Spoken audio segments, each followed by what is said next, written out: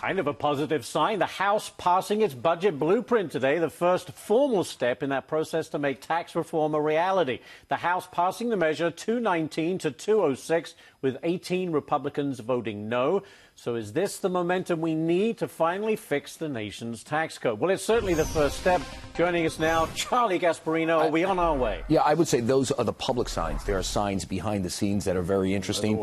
And here's what we do here. It's getting some momentum in the House and with Senate. You know, they're all working behind the scenes. Isn't the Senate version so different to the House? They have basic things that they agree on. Okay. Let me just go through some of these headlines because they're getting some traction on Twitter. All right, good. Congressional sources say the tax cut plan outlined by the president largely could be, the blueprint could be through the House and the Senate if this thing keeps going, if the momentum keeps building, the consensus remains the same among Republicans, could be basically put before the president by the end of the year. They believe, based on what they're hearing, barring a major change. Now, here's one thing that's going to be really interesting.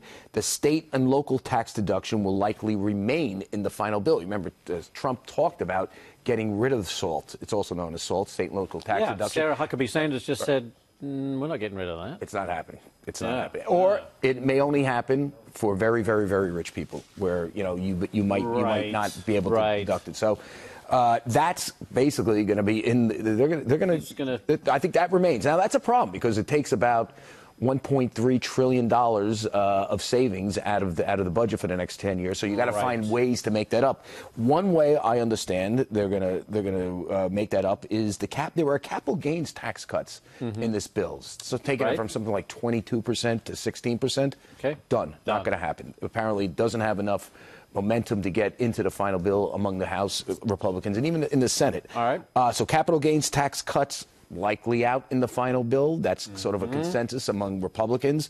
State and local tax deduction likely to stay in based on everything that's going to be that's now the Democrats. And now here's and some Republicans, by the way. Yeah. There's a lot of Republicans in Democrat in blue states that say those blue states are the ones that pay the highest rates. Well, that's what I'm saying. That's what get the biggest benefit of that deduction. Yeah, but they also get screwed on a lot of other taxes. Okay. So anyway, my point is the Republicans in those blue states, and there's enough of them, are balking at this, so it's probably not going to be in it. Here's the interesting thing. The corporate tax rate of 20% looks like it's going to stay. At 20. At 20. It looks like everybody is saying this is a red line we need to keep. So we'll see. Well, as of now, the notion of a fourth bracket on personal rates unclear. Some people say the Senate. Well, we had Mick Mulvaney said there's 5 brackets because we're taking some from 10 to 0, whatever. But the fourth one, we don't know if they're going to. Remember, now it's 3. They may move it to 4. We don't know on that. And here's the sort of interesting thing: as believe it or not, they are counting votes, particularly in the Senate right now. The general consensus is that John McCain and Rand Paul, don't ask me why Rand Paul, are going to vote against this thing. They're going to vote against any sort of major tax rate. Don't they vote against everything? Well, lately they have. But way. Rand Paul surprises me because Why? Because he was always a Tea Party guy. You would think he's for, giving people more of their paycheck back. He's also become a much more of a deficit hawk. Yeah, so the scramble now is to find obviously Democrats to make up for those. But those are two players in the Senate that they think are. And there's Susan Collins and Murkowski of Alaska. Unclear, but those two are the names that I hear are most definitely no's on tax cuts, like a major supply-side tax cut plan. Unless they water this down completely, then who knows?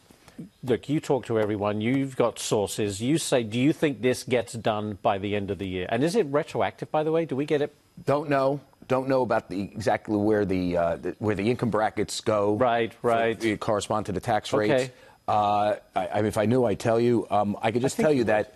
Yeah, I would. I'd want to. I believe you. Especially since I'm getting the wrap, I would say before the wrap. Getting the wrap. But I think the two big takeaways here, and this is kind of newsy: state and local tax deduction. Yep. Going to be in. It looks like you can keep that. Everybody in New York State can thank me right now. Thanks, Charlie. The capital gains tax cut. There was a significant one in here. Looks like it's not going to happen.